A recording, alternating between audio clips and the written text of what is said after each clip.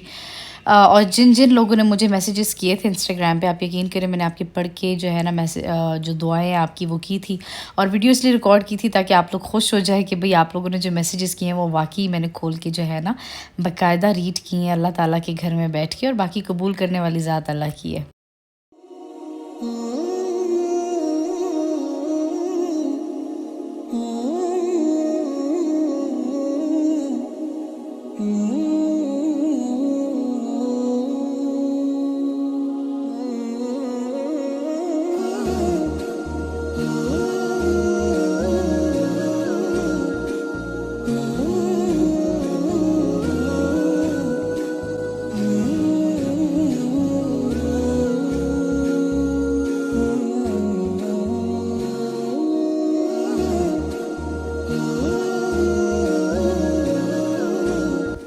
तो इस तरह से जी आज हमारा पूरा दिन गुजरा। भी हम ऊपर आ गए थे खाना खाने के लिए, और डिनर में भी माशाल्लाह काफ़ी वैरायटी थी, बहुत डिफरेंट किस्म के फूड्स होते थे, मज़ा आता था लिटरली। और मुझे तो जो है ना मीठा ट्राई करने का बड़ा ही शौक़ था, डिफरेंट डिफरेंट, कुछ मज़े का होता था, कुछ एक्सपीरियंस अच्छा नहीं भी होता था। तो खैर इस तरह से हमारा दिन गुजरता था।